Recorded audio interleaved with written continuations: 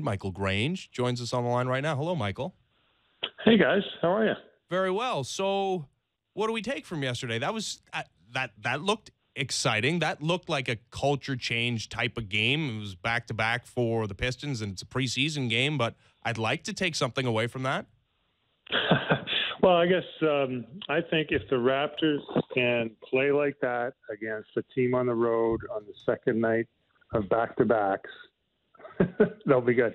I mean, you can't read too much into it, but I think, a lot's been talked about, obviously, about how they're trying to play a little different and culture change and whatever you want to say.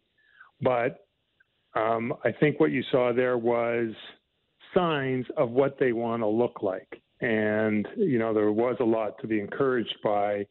And, then the question remains, how does it hold up against better teams, in less ideal circumstances? But I think like I said, the circumstances were there to be taken advantage of, and they did. And you saw a lot of encouraging things. Yeah, I agree. And I mean, we're probably going to get stuck in this for a while about whenever the Raptors play a game that's more ISO ball, we'll come on here and we'll say, oh, we knew it. They didn't change. And then if they ever have a game where they up the assists like they did last night and knock down threes, we'll say, it is changing. The culture change is in effect. Everyone is buying in. But there were a couple things that really did stick out. One was how much DeMar was moving the ball. And again, I'm not saying that you can read too much into a single preseason game, and everything that you did say was correct. But he was moving the ball. C.J. Miles does appear to be a real legitimate threat. They were taking open three-point shots. It did feel like there was a bit more of an emphasis on it. And I know last time we talked, you mentioned that you were kind of just hoping that the team ups the three-pointers by a few a night. And the assists, if you can get them up a few a night, that's the realistic goal. But based on what you've seen so far and a performance like that, and basically the way that it seems to be setting in with other players, be careful. Do you feel a little differently than you did a week ago in terms of what the goal is in terms of shots and assist markers? Not so much the numbers. I am a little surprised at how they're going about it. Like there is a much greater commitment to, a high volume and velocity of passes and kind of a Golden State light type offense. And so that's caught me a little bit off. I wouldn't say off guard a little bit.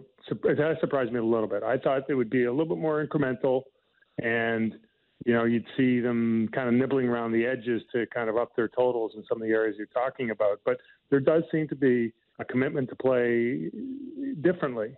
And what's kind of interesting is last night is Kyle Lowry and DeMar, they kind of took themselves out of the offense willingly, right? They didn't really try to impose themselves on the game. And when they do that, there's a lot more shots and a lot more ball to go around for other guys. And so, of course, the challenge is going to be against tougher opponents, tougher situations, which habit is going to kind of come to the fore. Are you going to go, you know what, we better take this over, or we're going to keep moving the ball and trust that, that extra pass is going to get an open shot, even if it's not from DeMar or Kyle Lowry.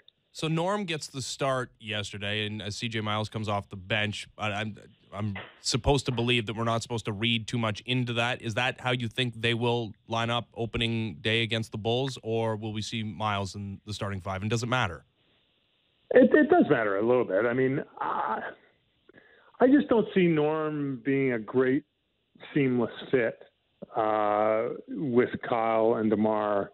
I just think that his strengths and his default switch is to attack. And, he needs a few dribbles to get wound up. He needs some time of possession to get wound up. And, and I think until he really finds the balance between him being a pretty good catch and shoot, spot up shooting guy, which, I do believe he's got that ability, and trying to create for other guys, I think he's probably better off doing that in the second unit where he's not, taking away from, the two main engines that run this club. And then what you did see last night with Miles is he looked great. I thought that's exactly what this team is looking for. You understand what you were missing with kind of Pat Patterson hesitating and DeMar Carroll just not converting. You say, wow, okay, this looks like the kind of floor spacer you need. And the fact he looked great playing in the second unit is encouraging. but I thought some of his best moments were when he came in off the bench and was still playing with Kyle and DeMar, and all of a sudden it looked really, really good. So I think he'll start, and I think Norm will come off the bench, but I've been wrong.